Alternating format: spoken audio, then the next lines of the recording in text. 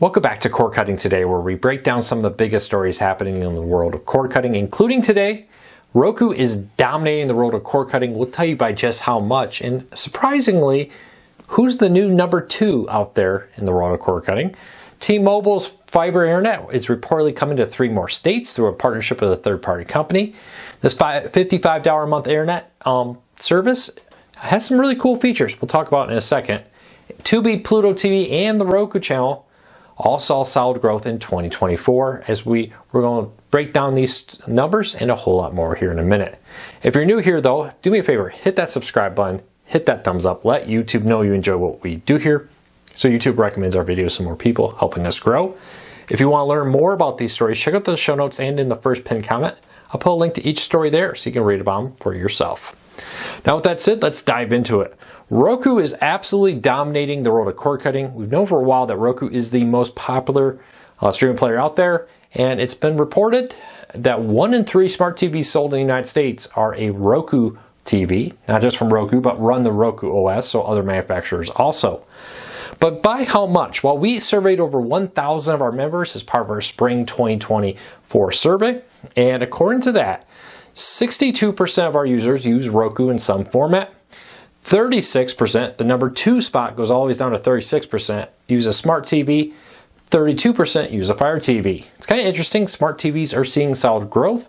Historically, the Fire TVs traditionally were the number 2 streaming player in the market.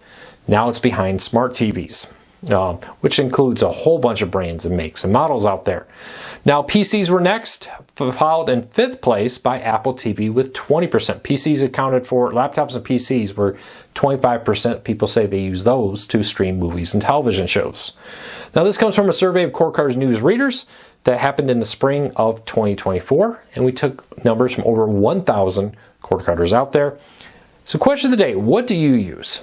And does it surprise you that Roku is so dominant? You think about it, you basically have to add together most of smart TVs and Fire TVs to get to Roku's number. They almost have double that. They do have double the number 2, or close to double even though the number 2 one there. Very interesting to see Roku dominate. It's always one of these battles. I always joke that this is like Sega versus Super Nintendo back in the 90s. Anybody remember the fight? Are you on Team Sega or are you on Team Nintendo during the Super Nintendo, Sega, Genesis era? People get really attached. They're streaming players. People, if you love Fire TV, you really love Fire TV. Google TV, Android TV, and Roku, Apple TV, and the like. A couple things here. You think Apple TV would be a lot bigger, but I'm surprised how many people who even use Apple phones, iPads, and the like actually use Roku because of the price point, the simplicity, and I think that cannot be ignored. Fire TVs have a huge community, especially amongst people who like to use it for all kinds of different apps and side loading and the like. But if you are in those communities and everything in your life is that, you get very, very tied to it, much like gaming systems. So let me know. Do you use a variety of devices? I'm finding increasingly most Americans are now settling on one or the other, and most of their TVs in the house run that. So leave me a comment, let me know which you use. All right, T-Mobile is reportedly looking to roll out fiber for home internet into 3 more states by a deal that would see it invest $1 billion into these 3 states through Lumos, which is a fiber providing company that offers service in North Carolina, Virginia, and South Carolina. T-Mobile would partner with them to sell T-Mobile branded 5G, not 5G home internet, fiber home internet in those areas. Now, this will join Minnesota, Florida, Colorado, and other areas that already have T-Mobile fiber internet. It starts at $55 a month. It has a 2 gig down plan for about $100 a month also, if you want to check that out. It's a very fast internet at a very good competitive price, especially if you're a T-Mobile wireless customer. Now, T-Mobile has reportedly been playing with the idea for years to get it more into fiber and home internet. I think it was Frontier, maybe I'm thinking of a different company. There was rumors for a little while that T-Mobile even considered buying them. That deal did not happen. That deal fell apart and T-Mobile walked away from it. But now they're looking at another deal. They'll see them expand into 3 other states thanks to a $1 billion investment in this third-party company. This is very similar to what they did when they moved into parts of Florida and parts of Minnesota with that. Now, if you want to see if this is available in your area, it's very few limited areas. in our story down below is a link to their website where you can learn more about that. All right, Americans are diving headfirst into ad-free or ad-supported free streaming services. They're one of the fastest growing markets in cord cutting right now, as millions of Americans are switching over there. Now, Nielsen, through their Gauge streaming numbers, has come out with a new number or new set of details here where they break down what's happening in the world of streaming. Of course, YouTube is the #1 free ad-supported program. Kind of put that in a different category because it's kind of, very different content there with that. But they are the #1 largest, followed by Netflix and a few others. But Tubi, the Roku channel, and Pluto TV all saw their viewership in February grow over January. Now I saw some comments, well, of course they're growing. It's the cold time of year, people are watching TV. That is true, but there's also a lot of competition happening at that time, and January is also a cold year. It's not like February is significantly colder in most parts of the country than we see with January, 1st February, excuse me. But what we are seeing here, I think, is the growing awareness of the quality content and free ad-supported services. So question for you, do you use free ad-supported services more than you do in the past with it? Now, most services saw, the top 11 saw their growth go up. A few went down. Peacock went down.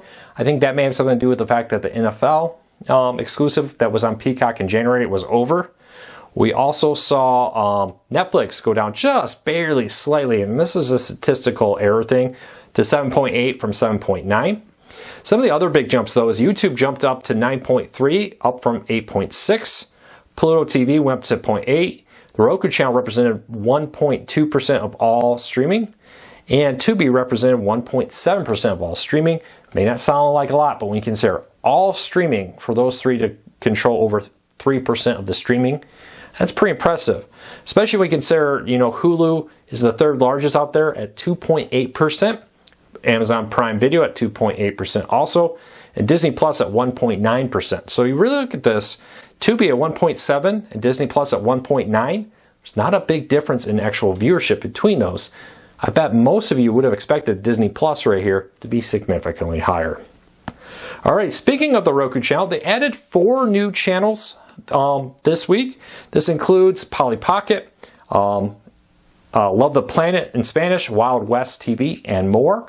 Plus, they added tons of channels in the last month and plus. We have a full list of them down at cordcuttersnews.com. Check out the link in the show notes for a full list of everything added.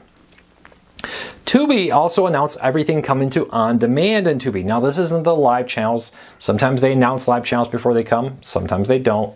Link in the show notes if you're looking for what's new on Tubi out there.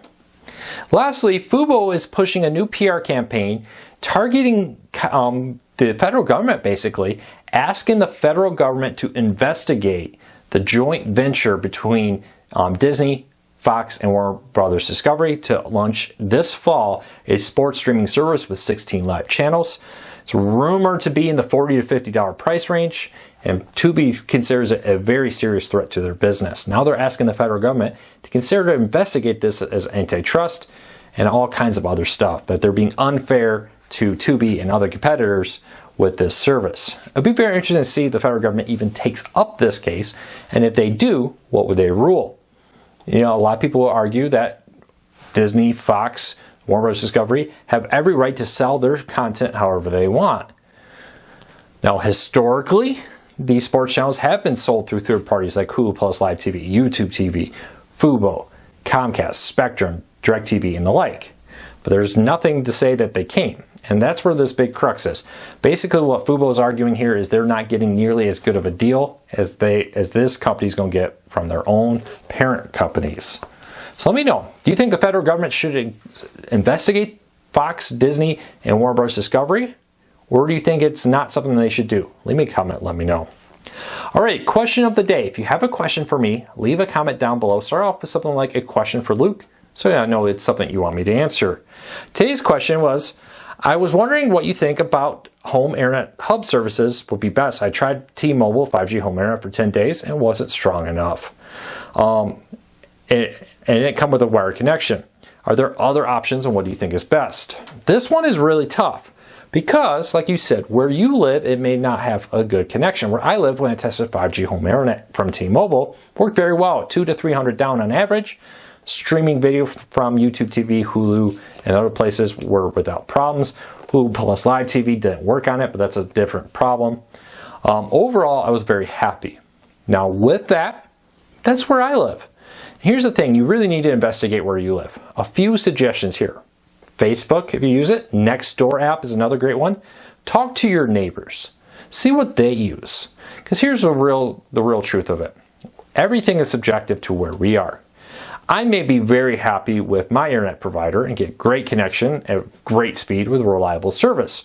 You may not even have the provider I use where you live. So I really struggled when people say, well, what's the best for me? Or you see these stories, best this or that for a particular area. It's hard to say if you don't live there. Talk to your neighbors, shop around. I think you'd be amazed how many internet options are out there for Americans nowadays. It's not unusual to have 5 or 6 options. Check out Verizon, check out T-Mobile, check out fiber and other cable providers and the like. Compare prices. The best thing to do though is to talk to your neighbors. Use things like the Nextdoor app, Facebook, and other areas, or just walk down your street. Say, hey, Jim, neighbor, hey, nice to see you. What internet provider do you have? Are you happy with them? I'm looking for a new one. That's the best I can do. I really wish I had a database that showed me every internet provider in a certain location and gave them a quality report on it, but I don't. I hope that helped you. Sorry I can't give you, I think, a better question, but that's what I have found to be most effective is I ask on places like Nextdoor or Facebook groups for my neighborhood to get feedback from people. Well, that's it for today. I hope you have a fantastic day. I'll be back again real soon with another video.